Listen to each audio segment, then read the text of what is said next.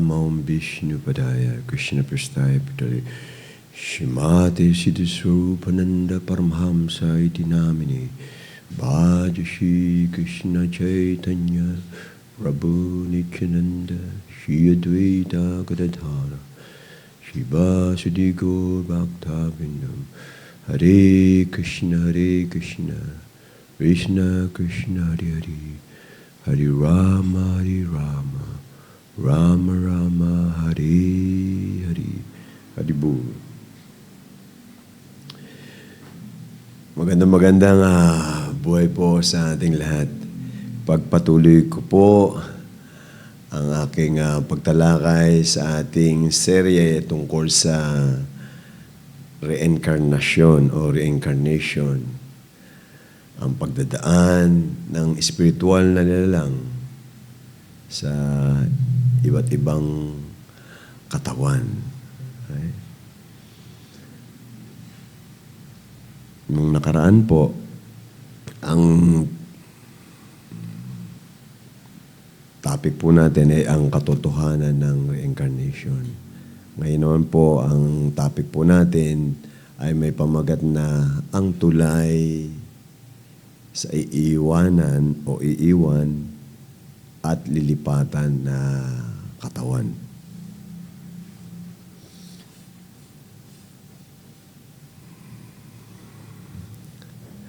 Sa banal na kasulatan na kung tawagin ay Bhagavad Gita, kung saan ang laman ng banal na kasulatan na ito ay ang mga salita ni Panginoong Krishna sa kanyang kaibigan at disciple, devotee na si Arjuna. Sinabi ng Panginoong Krishna. Ito po ay matagpuan sa chapter 2, text 13 ng Bhagavad Gita. Basahin ko po sa English. As the embodied self continually passes in this body from boyhood to youth to old age, the self similarly passes into another body at death. A person who has realized his spiritual identity is not bewildered by such a change. Ang espiritual na nilalang na nasa loob ng katawan ay dumadaan sa batang katawan, binatang katawan, matandang katawan. Gayon din sa kamatayan, sa kung saan siya ay aalis sa katawan, masisira po yung katawan. Siya ay dadaan sa ibang katawan, sa panibagong katawan. Yun pong tao na experience niya, nare-realize niya yung kanyang spiritual na katauhan ay hindi naguguluhan sa pagbabago na ito. So, dito sa katawan natin na ito, ngayon po nasa katawan tayo na ito, dumadaan tayo sa sanggol na katawan, batang katawan, binatang katawan o dalagang katawan, tapos po ay matandang katawan. Ayan. Ikaw na spiritual na lang, ay nasa loob na katawan. Dumadaan ka dyan sa iba't ibang pamamahay na yan o sasakyan na yan. Nandiyan ka sa loob. Tapos ka man, pag nasira na yung katawan, ay, dahil ikaw ay eternal na spiritual na nilalang, ay, may panibago kang katawan na dadaanan. So, ano yung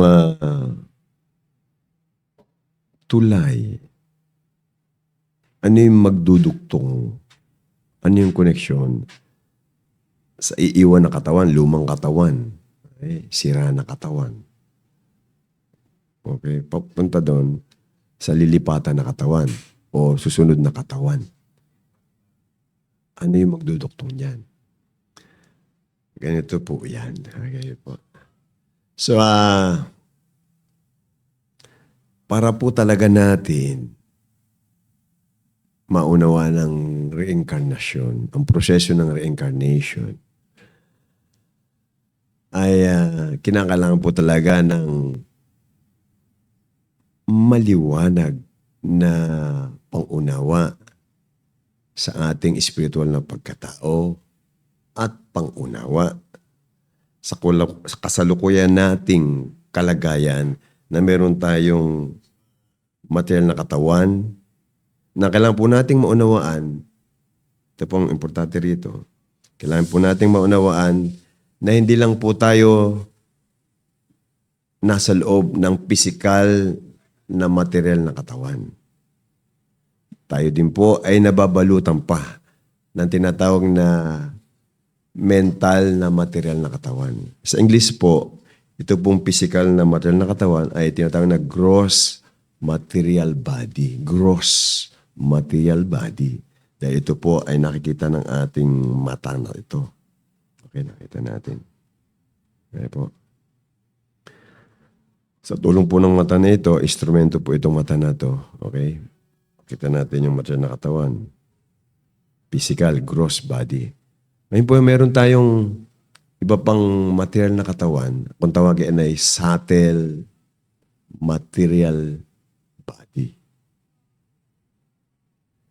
Subtle, ang ibig po sabihin ng subtle, S-U-B-T-L-E, hindi po nakikita ng physical na mata na ito. Hindi po nakikita. Kasi po ito ay pinong-pino.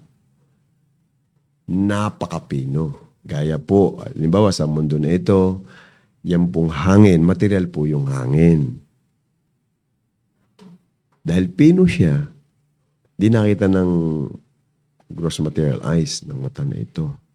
Ganun din po yung kuryente. Diba? Hindi mo nakakita yung kuryente. Pero dahil umaandar yung ventilador o may ilaw, alam mo, may dumadaloy na kuryente dyan sa electric cord na yan o linya ng kuryente na yan na nagpapaandar doon sa motor ng ng ventilador o nung sa ilaw. Yung hangin din, hindi mo nakita, di ba? Pero gumagalaw yung dahon o yung tela, alam mo, merong hangin doon. Kaya naramdaman mo, dumadampi sa balat mo yung ihip ng hangin. Alam mo, may hangin. So, meron pong nakikita na material na bagay, merong hindi nakita na material na bagay. So, ito pong gross physical body, ito po ay binubuo ng earth, water, fire, air, ether. Earth, lupa, water, tubig, air, hangin. Earth, water, fire, air. Earth, water, fire. Apoy. Hangin, saka ether, yung espasyo, space. Tapos po yung pong subtle material body, binubuo ito ng isipan, o yung mind. Po yung intelihensya, po yung false ego. Yung intelihensya po, ito po yung kakayahan na maka-pick up ng mga impormasyon na naka-record sa isipan. Yung pong false ego, ito po ay maling konsepto, maling pagkakilala sa ating ego, sa ating sarili. So, ito po yung nasa subtle material body. 3. Ito naman sa gross physical body, 5. Okay po. So, kaya hindi kumpleto o hindi talaga naintindihan ng mga pilosoper o mga scientifico yung lubusan na nangyayari sa katawan. Okay, ba't nagbabago? Nagkakaroon ng nadaan ng iba't ibang pagbabago. Kasi po, ang alang lamang po nila, ang batid lang po nila, ay itong nakikita ng mata na ito, pisikal na katawan. Wala silang malalim na kalaman tungkol sa subtle material body. Lalo sa isipan. Hindi nila po alam.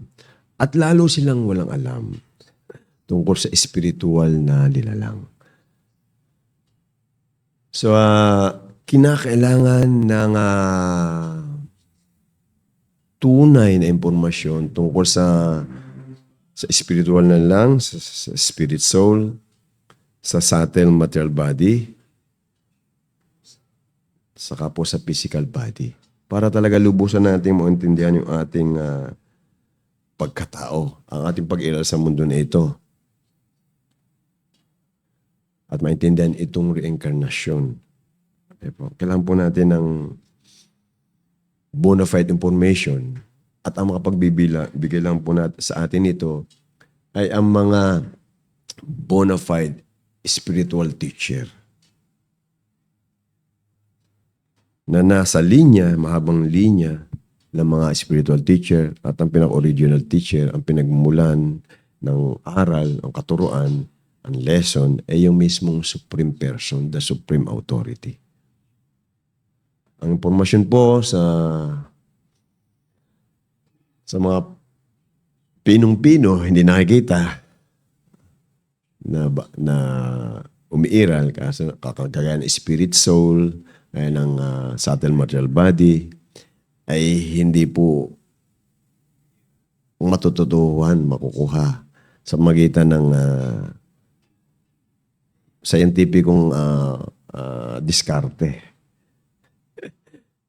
May hindi po Gayun nga sa material lamang po na na impormasyon. Hindi mo na makuha lahat ng impormasyon eh. Kasi ang lawak niyan. Hindi mo alam kung ano nasa pinakailalim ng lupa, sa ilalim ng dagat. Madilim dun. Diba? So, kailangan nating tumanggap ng impormasyon sa lubos na autoridad sa mga usapin na tulad nito. So, kailangan po natin maunawaan ang katotohanan. Katanggap tayo ng impormasyon tungkol sa isipan. Okay, ano ba itong isipan? At paano meron tayong alam tungkol dito sa material ng katawan eh. Nakikita kasi natin. So, sa usapin ng para maintindihan natin yung reincarnation, sa usapan na ito tungkol sa reincarnation, kasi kailangan natin itong maunawaan tungkol sa subtle material body.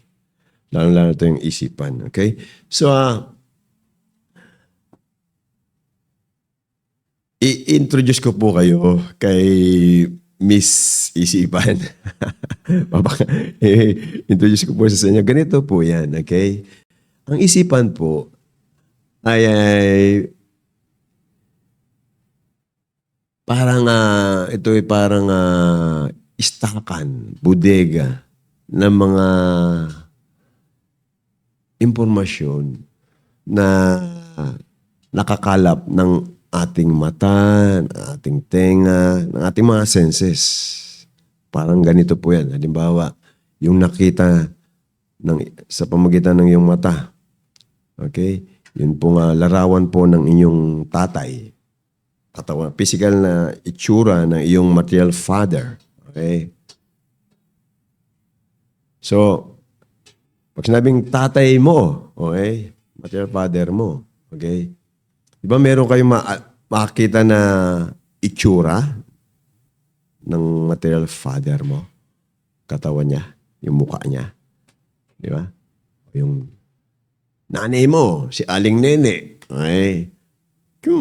Meron kayo nakakita. Pero yung mata mo, wala naman sa harapan mo yung nanay mo. O yung lolo mo, o lola mo.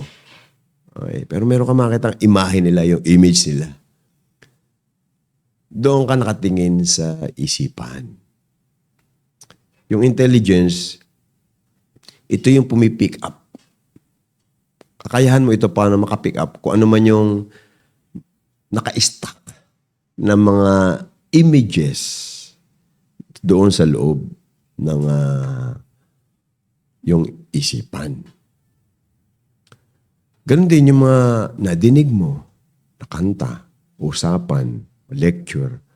Kung nakinig ka mabuti, mag-iiwan yan impression dun sa yung isipan. Diba? Yung salita ng nanay mo. Kaya alam mo yung boses niya eh. Andyan yan sa isipan mo. Okay.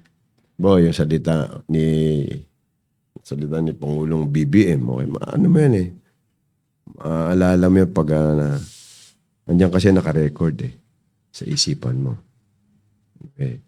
Ganda yung naamoy mo. Ilang-ilang. Alam na, kung nakaamoy ka na ng ilang-ilang na bulaklak, okay, alam mo yun eh. Katikim ka ng maalat na asin. Diba? Alam mo yun eh. Naka-record yan yun.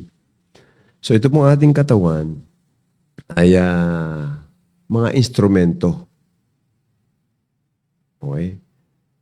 Para yung mga narito sa mundo na ito ay makapture, makuha. Tapos marirecord yan doon sa ating isipan. Parang yung meron kang camera. Diba? Yung mata mo parang camera yan eh. Yung mantenga mo parang pang-record ng mga sounds. Marirecord yan doon sa isipan mo.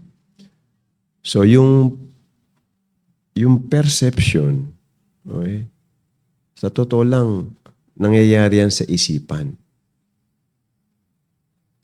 Ikaw na spiritual na lang, makita mo yan, yung pumasok sa mata mo, okay, sa tenga mo, na sound waves, sa mata mo, na light waves. Tapos, magre-record yan sa iyong isipan. Okay, so yung perception nangyayari yan sa isipan. Ikaw yung nakatingin sa isipan. Ikaw yung nakakadama sa isipan. Yung mga experience yan. Nangyayari yung pagdama, feeling. Okay? Yung pag-iisip, sa isipan nangyayari yan eh. Diba? Nagkukwenta ka. Thinking, sa isipan nangyayari yan. Sa subtle material body nangyayari yan. So, yung perception, doon din sa isipan nangyayari. Saka yung willing, yung pagdi-desire mo. Yung tatlong bagay na to. Thinking, willing, feeling, perception, nangyayari yan sa isipan. So, ikaw na spirit soul, nababalutan ka ng dalawang ganito na katawan. Okay? So, yung halimbawa, nag-desire ka. Okay, yung mata mo, nakasulyap ng ng pagkain. Okay? Na-focus doon yung mata mo. Okay? Tapos, yung informasyon, mare-record doon sa isipan mo. May impression sa isipan mo, tapos makikita mo. Tapos, dahil nalimutan mo na ikaw spiritual na lang,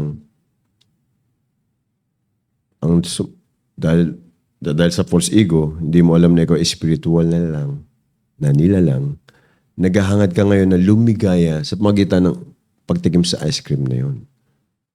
So yung desire mo, kagustuhan mo na matikman yun, diyan din yan nare-records sa ating isipan. Lahat ng namumuo sa ating na paghahangad, okay? Material na paghahangad, mare-record yan. Ganda yung makadinig kayo ng katotohanan, katulad ng katotohanan na paliwanag na hindi ka material, spiritual ka, mare-record din yan. Okay po. So, ang point dito, kailangan natin maunawaan na dalawa yung ating material na katawan. Okay? Dalawa.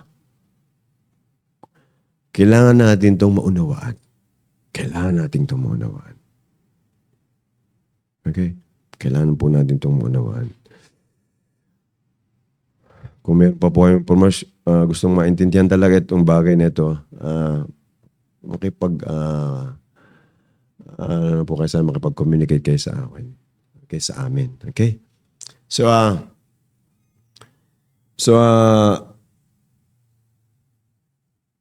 napag-usapan natin yung material na pagnanasa, material na hangarin. Okay? So, yung pong ating katawan, gaya ng naobserbahan natin sa ating buhay dito sa mundo na to, nasisira, naluluma, nagkakasakit, nasisira. Tandaan po natin itong bagay na to. Sa oras po ng kamatayan, ang mawawala lang sa pagkakabalot sa atin ay yung gross body, katawang pisikal. Subalit, sa pag-alis mo sa katawan na pisikal, ikaw ay nababalutan pa ng katawang mental o subtle material body. Kung saan, doon sa isipan mo, okay, nandun yung mga pagnanasa mo ng material. Mga pagkahumaling sa material. Ngayon po kailangan nating maunawaan na mula doon sa subtle material body na nakabalot sa iyo, ikaw na spiritual na lang, mula doon, mapoproduce, mag-generate, magmumula doon ang panibago mong physical na katawan. Gross material body. So, ang point dito, ang subtle material body, lalong-lalo na po yung mind, kung saan naka-imbak yung ating mga material desires, material attachment, na ating na-cultivate sa panahon na meron tayong physical na katawan. Okay?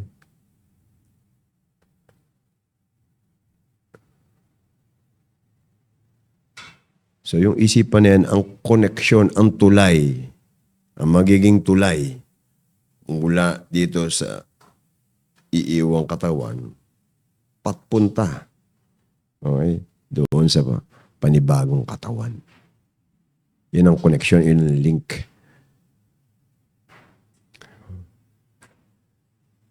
So, mayroon kwento sa libro na ito na aking mahal na spiritual master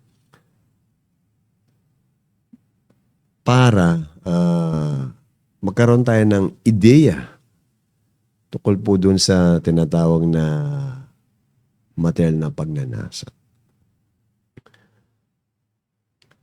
Merong isang spiritual master na para turuan yung kanyang disciple tungkol sa topic na pinag-usapan natin na ito, material desire, connections sa lumang katawan papunta sa bagong katawan. At turuan niya yung disciple na ito. Ito yung kanyang ginawa niya sa disciple niya. Merong matandang lalaki doon sa isang lugar na yon, sa bahay na yon. Matanda na. Hukluba na. Hukluba na. Talagang uugod-ugod na. Uugod-ugod sa punto na para bumangon sa higaan, kailangan ng tulong. Hindi siya makabangon sa higaan niya na walang aalalay sa kanya. Ganon din sa kung ano iba pang gawain. Wala na. Kuluban eh. Okay. Tandang-matanda na. Tapos sabi niya dun sa disciple niya, pagpunta natin dun, isama mo yung maganda mong kapatid na babae. Sama mo. Dalaga o dalagita, maganda. Okay? Sama mo yan. Okay? Tapos pagpasok natin sa kwarto nung matanda, tingnan mo yung mata nung matanda. Obserbahan mo yung mata nung matanda. Okay?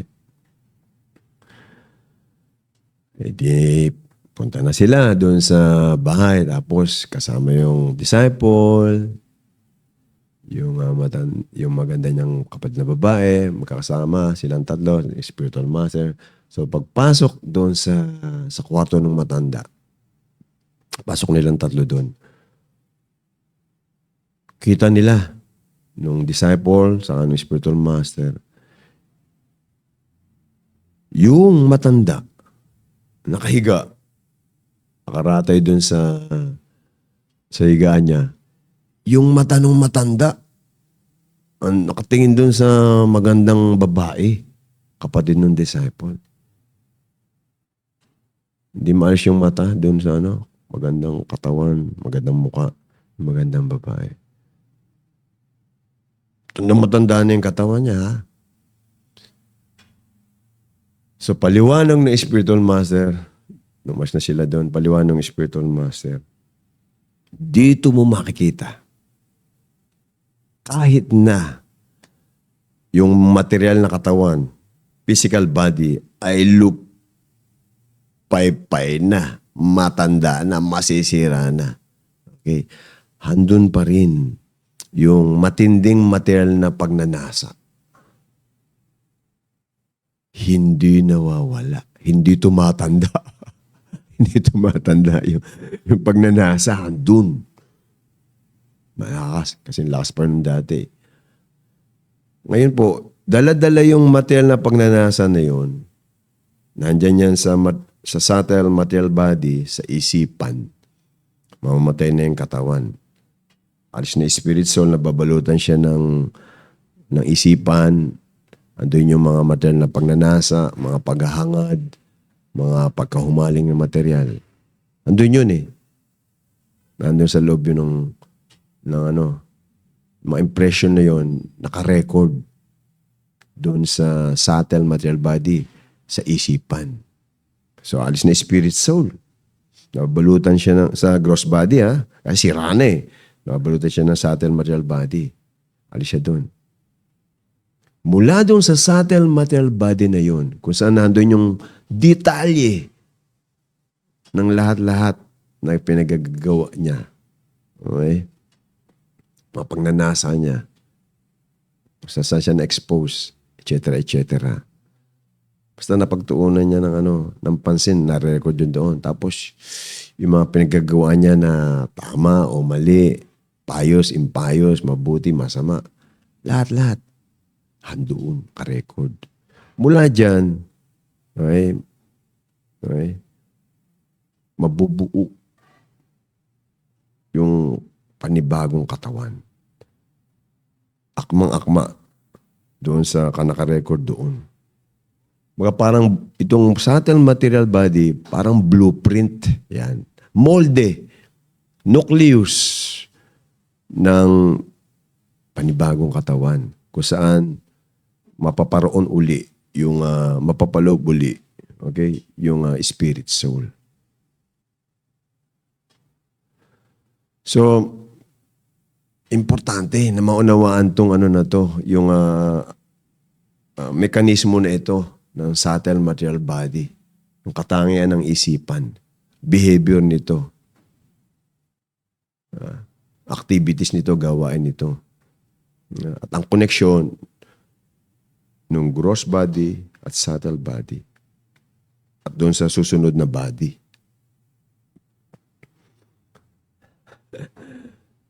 Yung ginagawa, ano man ang ginawa, okay, ng spirit soul sa pamagitan ng kanyang kasalukuyang katawan.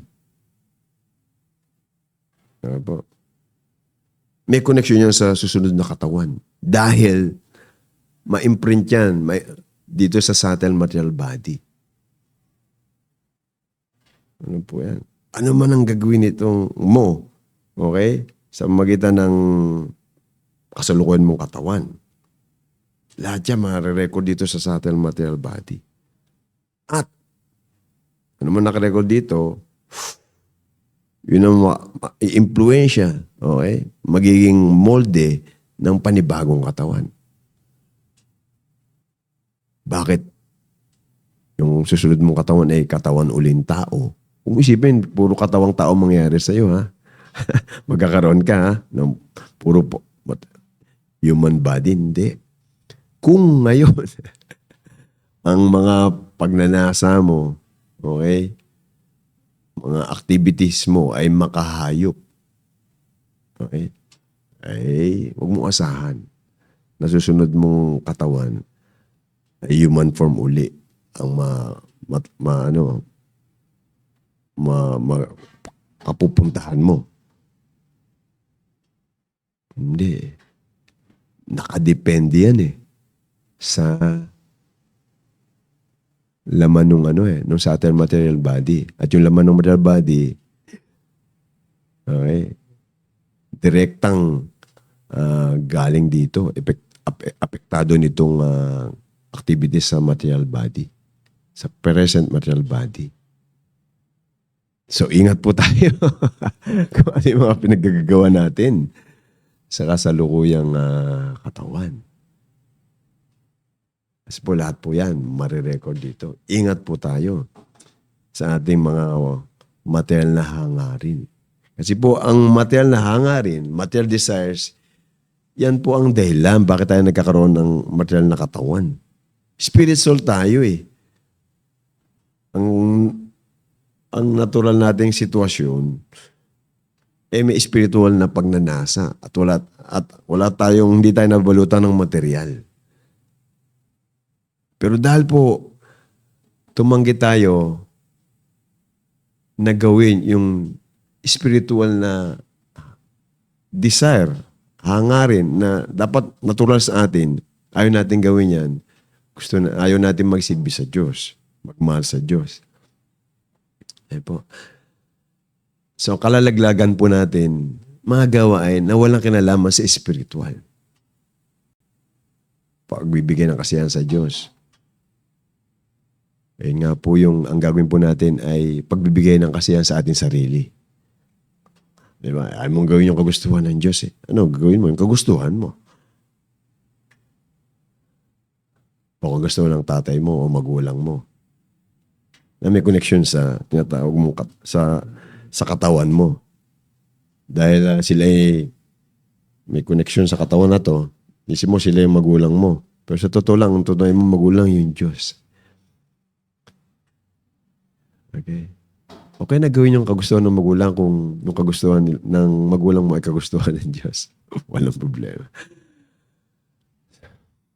So tandaan po natin, ito importante, material na desire ang dahilan kung bakit tayo binibigyan ng material na katawan. Yung material desire.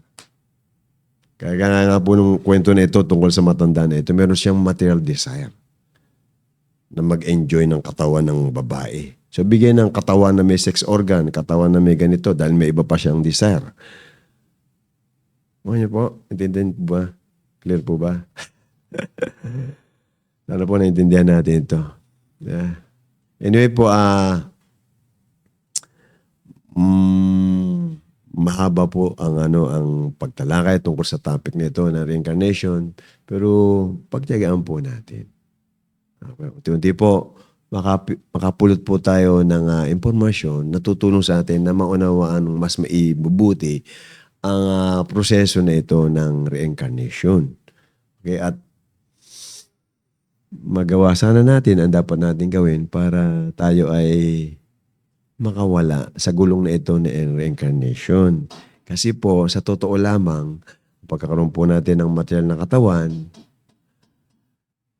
pag-iral natin sa material na mundo na ito ay nagdudulot po sa atin ng hindi kaligayahan kundi po pagdurusa. At yung pong pagdurusa na yan ay nakadisenyo sa mundo na ito para po tayo ay hindi mawili dito. Bumalik po tayo doon po sa spiritual na mundo, kung saan tayo po ay natural na nananahan. So, ang pangunawa rin po sa anumang spiritual na karunungan ay ipinagkakaloob po sa atin yan ng Panginoong Diyos. Hindi po natin yan mapipilit na makamtan, mapasa atin, kung hindi po sa pagpapalaan ng Diyos. So, para po natin makamit ang pagpapala ng Diyos, para natin maunawaan ang mga bagay na usapin na tungkol sa spiritual, ay gawin po natin yung mga bagay na kalugod-lugod sa Diyos, kasiyasiya sa Diyos. Kagaya po ng pagsambit, pakikinig ng mga banal niyang pangalan na siyang maglilinis sa mga material nating pagnanasa na bumabalo sa ating puso, sa ating isipan, sa ating kamalayan. Napakamakapangyarihan po ng pamamaraan ito ng pakikinig at pag-awit ng mga transcendental names of God. Ito po ang nire-recommendang paraan para po tayo ay malinisan sa impluensya ng material at manumbalik yung ating kalagayang espiritual. So, lagi-lagi po ay inaanyanyahan po tayo ng Diyos at ng mga kinatawan ng Diyos na gawin ang proseso na ito para po tayo ay malinisan. Dahil po,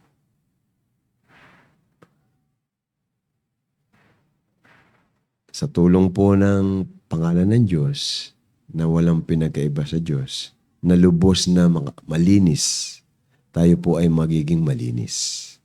Kailangan po tayong dumikit sa malinis, sa may kakayahan ng mga panglinis. At ang malubos na makapangyarihan ay yung Panginoong mismong Diyos. Ang mismong Panginoong Diyos. So dumikit po tayo sa Kanya. Makisalamuha po tayo sa Kanya sa pamagitan po ng Kanyang mga banal na pangalan na dineklara niya na walang pinagkaiba sa Kanya. Gawin po natin ito sa pamagitan ng pagsambit at pakikinig, pagtuon ng ating atensyon sa mga banal na pangalan ng Diyos. Mas nagpo-focus po tayo, mas maging madamdamin yung ating pagtuon ng ating atensyon, ating kamalayan sa mga banal na pangalan ng Diyos. Mas magiging makapangyarihan po, malakas yung paglinis po sa atin ng mga banal na pangalan ng Diyos. Maraming pong salamat. Hare Krishna, Hare Krishna, Krishna Krishna, Hare Hare, Hare Rama, Hare Rama, Rama Rama, Hare Hare. Ito.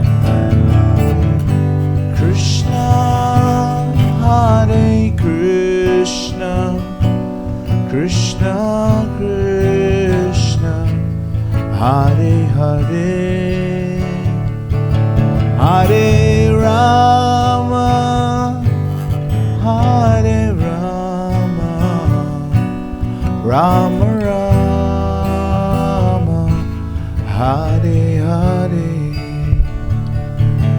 Hare Krishna, Hare Krishna, Krishna Krishna, Hare Hare,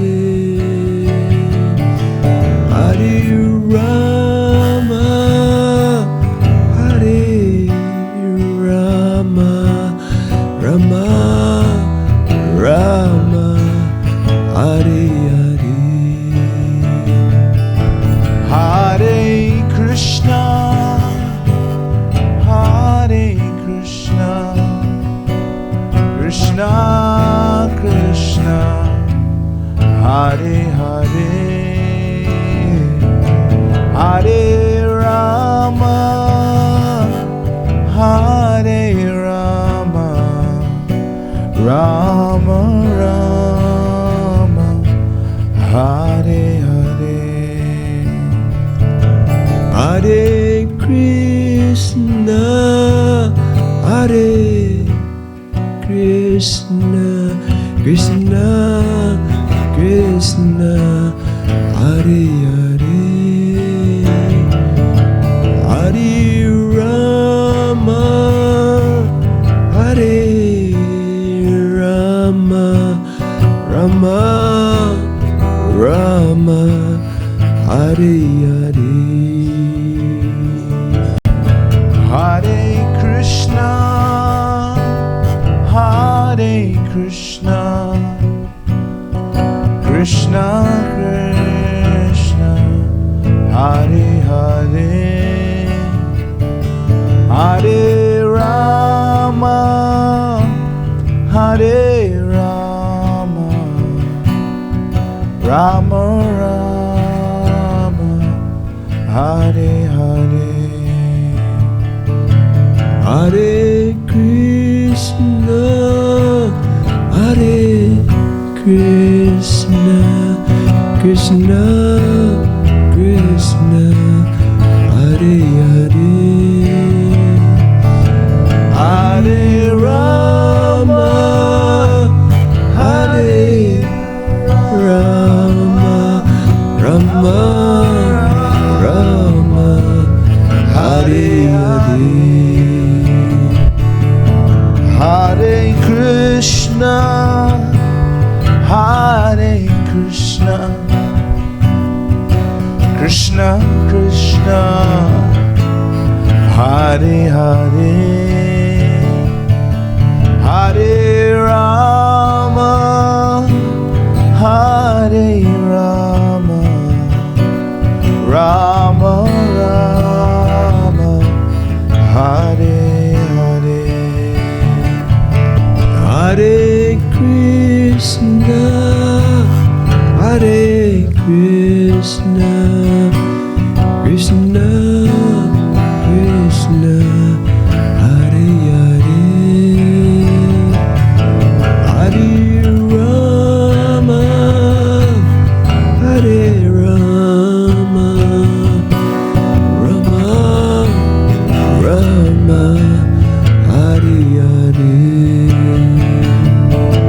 Hare Krishna, Hare Krishna, Krishna Krishna, Hare Hare, Hare Rama, Hare Rama, Rama Rama, Hare Hare. Hare Krishna, Hare Krishna, Krishna Krishna, Hare Hare, Hare Rama, Hare Rama, Rama Rama, Hare Hare. Hare Krishna, Hare Krishna, Krishna Krishna, Hare Hare, Hare Rama, Hare Rama, Rama Rama, Hare Hare. Hare Krishna, Hare Krishna, Krishna Krishna, Hare Hare, Hare Rama, Hare Rama, Rama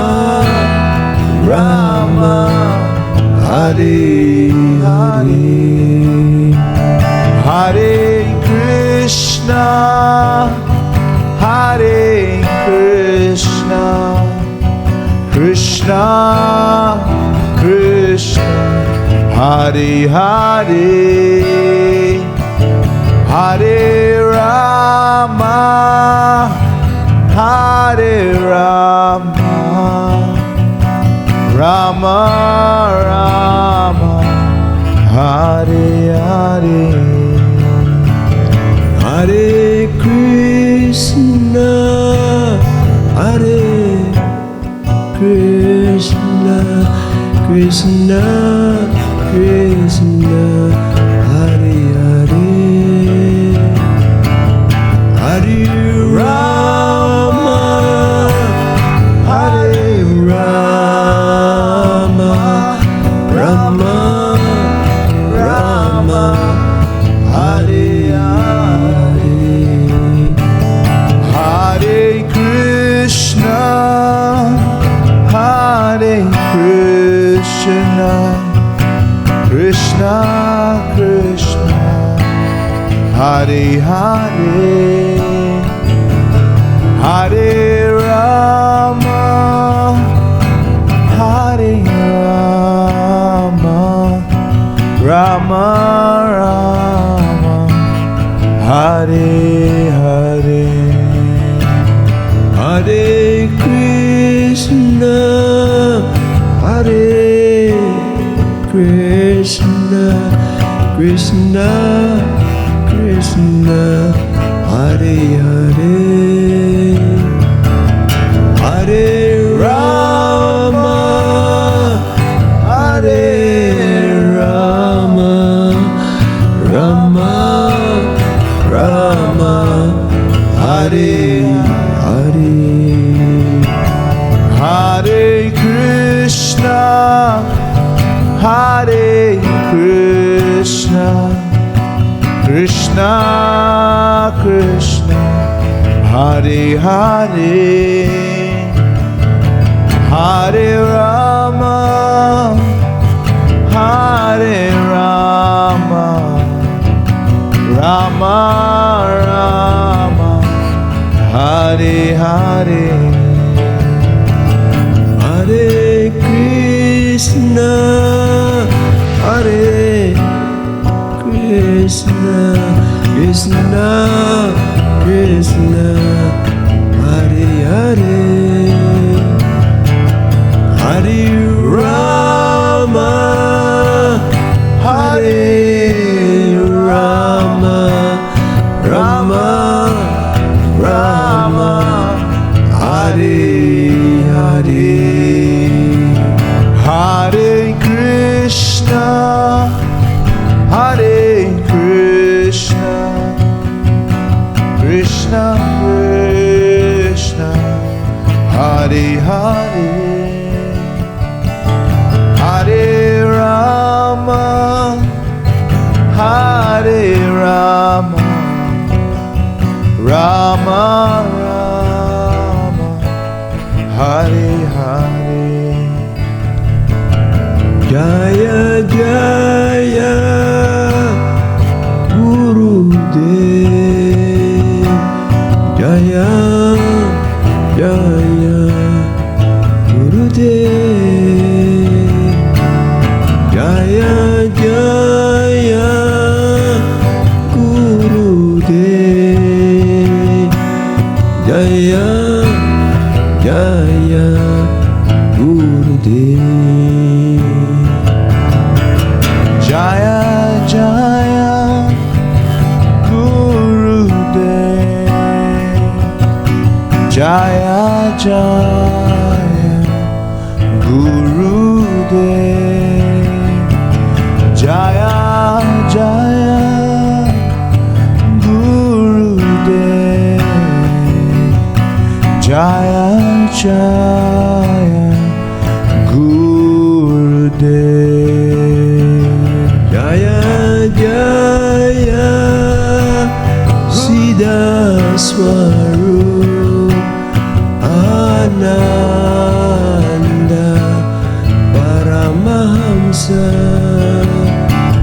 Jaya Jaya Siddha Swarup Ananda Paramahamsa. Jaya Jaya Siddha Swarup Ananda Paramahamsa. Jaya Jaya Siddha Swarup Ananda Paramahamsa.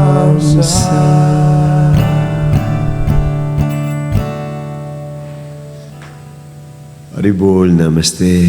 Maraming pong salamat sa inyong lahat. Haribol.